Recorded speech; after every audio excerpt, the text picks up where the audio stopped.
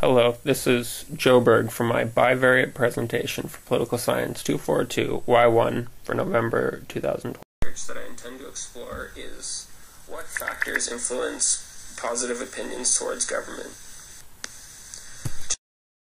To do this, I use the Error Barometer 2006 dataset, selecting a specific country, resulting in an N value or number of respondents for that particular country of 1,174.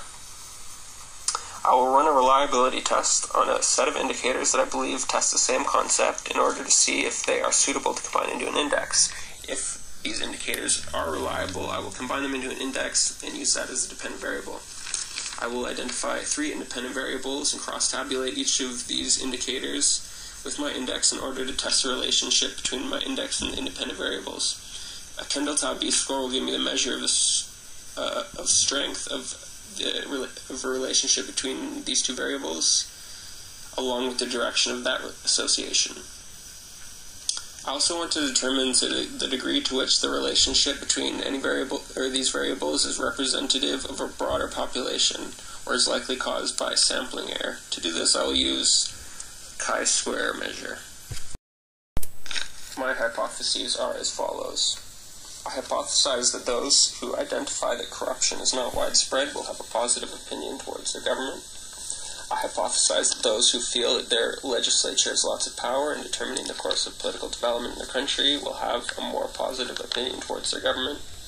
Finally, I hypothesize that those who feel that previous election was free and fair will have a more positive opinion towards their government. The theoretical basis for my study can be found in Tom Christensen's paper, Trusting Government, the Significance of Attitudes Towards Democracy, the Public Sector and Public Sector Reforms. In it, he states that if people believe that their ideas are represented to some extent by the policy-making process, they'll have a more positive attitude towards that political system. He also asserts that people who have positive experience with the decision-making process will have a more positive opinion of that government. Christensen also explores how satisfaction towards democracy affects the attitudes towards government. People that feel that the system is working democratically results in better opinions of their government. Anderson and Yulivla Tverdova, in their paper, Corruption, Political Allegiances and Attitudes Towards Government in Contemporary Democracies, indicate the underlying democratic principles are democratic accountability, fair administration of justice, transparent actions, and that all citizens have access to the political process. States that do not meet these requirements lack legitimacy. Corruption undermines these democratic principles and undermines legitimacy, diminishing people's faith in the political process. They identify corruption as an important indicator for the performance of a political system and the opinions that people would have of that political system. I performed analysis of reliability for 4 variables.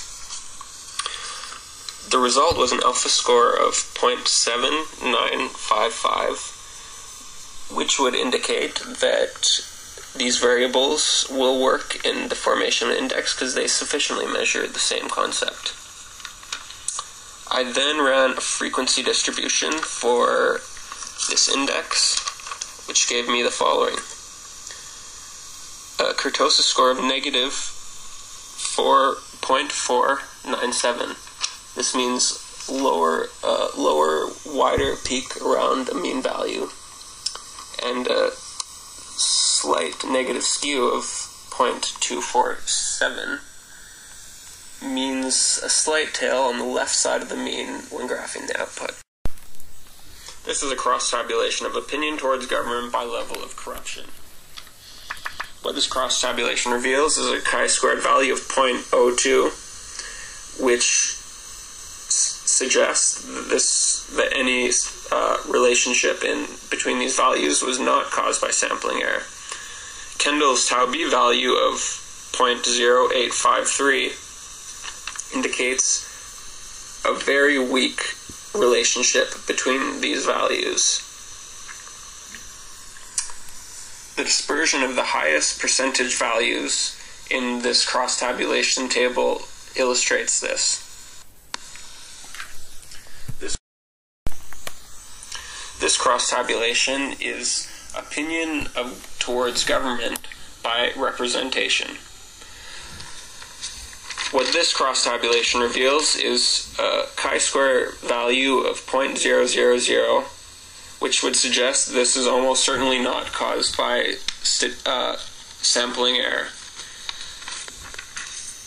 There's a Kendall tau b value of 0.1811, which shows a very weak relationship between these two variables.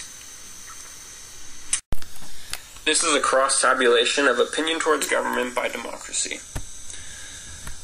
The chi-square value is 0.02 and the Kendall tau b is 0.0795. What this tells me is that there's an exceedingly weak relationship between these variables, and that any relationship would likely be representative of a wider population and not due to sampling error.